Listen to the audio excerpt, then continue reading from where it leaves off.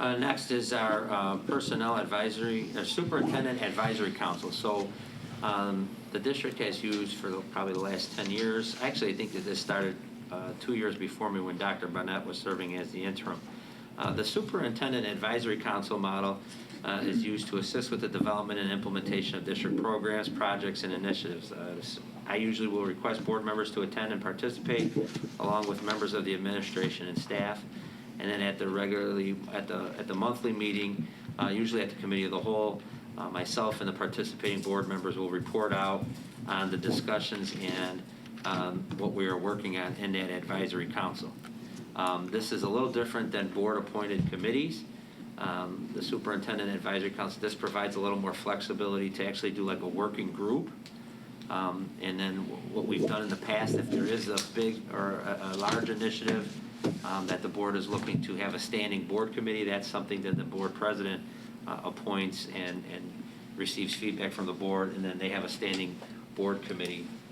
We did that once before with the when we were doing the large facility project with the renovation of the stadium, the tennis courts, and those meetings are open to the public. So this is just attached is just a draft of what I'm thinking about. I'll continue to discuss some things with the board and board members and see what personal interests are. And but I try to usually keep the new board members on only one advisory council, just because it can be a little intimidating as you start off on the school board with a 300-page packet like there was tonight, and a lot of things to kind of get caught up on and get acclimated on. So initially I have Mr. Venhorst on curriculum and Ms. Gaska on finance. And then as we kind of get comfortable with each other on the board, we see what each other's strengths or weaknesses are. I could always amend these. These are not something that's voted on or set in stone, but just something, I try to keep a veteran board member on with a new board member. So there is some transitioning and some additional discussions that can occur between board members to get acclimated with processes that occur and projects that are ongoing. It's important to have some type of draft and structure to get started, because where we are right now on the board calendar and a school operational calendar, we will need to start working on a tentative budget. Historically, the Board of Education approves a tentative budget in June, so that when July 1 is our new fiscal year, there's a tentative budget in place for the administration to have some general guidelines to work on with operating the school and making purchases and things like that over the summer. The Board of Education does not take formal action on the budget until the September meeting. So you actually have some time then throughout the summer to get acclimated with the budget. We use the meetings of July, August, and the first meeting of September, if needed, to amend the budget, to change the budget, to get a better handle on property tax collection from the county and treasurer's, from the Township Treasurer's Office.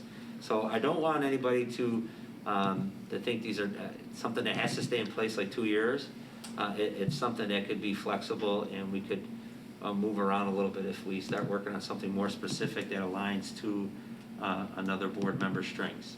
I do think, we've had some success with these advisory councils because we have in the past really tried to align it to things you do in your personal life and professional lives that can help be an asset and another source of information or resource for the administration and for myself. So we are definitely open to keeping these flexible and fluid.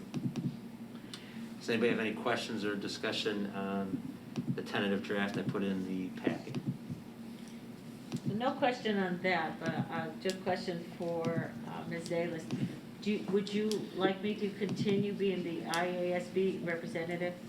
I think we do need to take a vote on that at some point. So my suggestion is that we talk about this and come back at the next board meeting and make a determination, and perhaps allow the new board members a chance to learn about IASB. They probably have their Open Meetings Act training and some other trainings that are a priority, and get a flavor for the organization. Does that seem reasonable? Yes, we definitely should, and probably we might want to do a board evaluation, have IASB come in and do a board evaluation. That could be a closed session meeting, and in that board evaluation, something we've done with the last several boards, we can also do the para training and the closed session training. Well, I think that, actually I would ask Dr. Skeen, because I think the trainings have to be done not in closed session. They're a separate IASB function. I don't think you can do them anymore. They could be As done a- together, half could be open and half could be closed, but you could do it all like in one Saturday workshop. No, I guess my point is, I don't think you can do them individual, well, maybe this is a question for Kevin to look The into. I board, don't the think you can do board it training separately. that needs to occur is for the 2 new board members. Ramona's Yeah. already been through the training. So the Open Meetings Act Right. and the para training. And what's transitioned now is the IASB has actually moved those to online courses that they can do online on their own. Yeah, And so I've already sent that information to both new board members that need to complete that. because I know that it was like a 2 or 3 day session, I think, when Bill and Tom and I started, and we couldn't do it, because I remember talking about this a couple of years ago. We couldn't do it here. We had to do it it was at Northern Illinois or something like that, and go for their session. You could do it here, it's been done here in the past, if you had the appropriate person do it and it was open. Mm-hmm. We probably just didn't facilitate that. Okay. Well, but speaking of IASB, maybe to help all of us make that determination, I'll put an agenda item on for next meeting with some background. yeah, and then maybe since Laura has been the representative for a number of years, if you could give some, some talking points and perspective on IASB and how to use their information, I think that would be particularly helpful. Dr. Skinkis, how frequently do you see these advisory councils meeting? I think that's a question that's come up, and specifically, we don't meet as a board now for 3 weeks. It's kind of a stretch. What of any of these councils would you be convening before our next board meeting?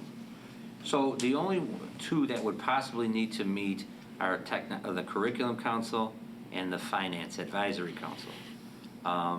And we would try to do for sure the Finance Advisory Council before the May cow, so we could start to lay out the budget process and budget expectations. And these can be done whatever's flexible for the board member schedule, whether that's via Zoom or doing it in person, depending on what time you want to do it. It's with Kristen and myself. The curriculum one I would prefer to do in May, but if that happened after the May cow, that would not be the end of the world, because I believe there's just some preliminary discussions. There's nothing that needs to be voted on at the May cow. Or what we'd like to do with the tentative budget is at least go through this with the Finance Advisory Council and have a shell of a tentative budget in front of the board at the May cow. So then the board has time to digest it from the May cow till the second meeting or the first meeting in June, the second Tuesday of June, so that they feel comfortable in approving a tentative budget. I think that makes sense. Any more questions or discussion on that? There's no action needed, correct? No action is required.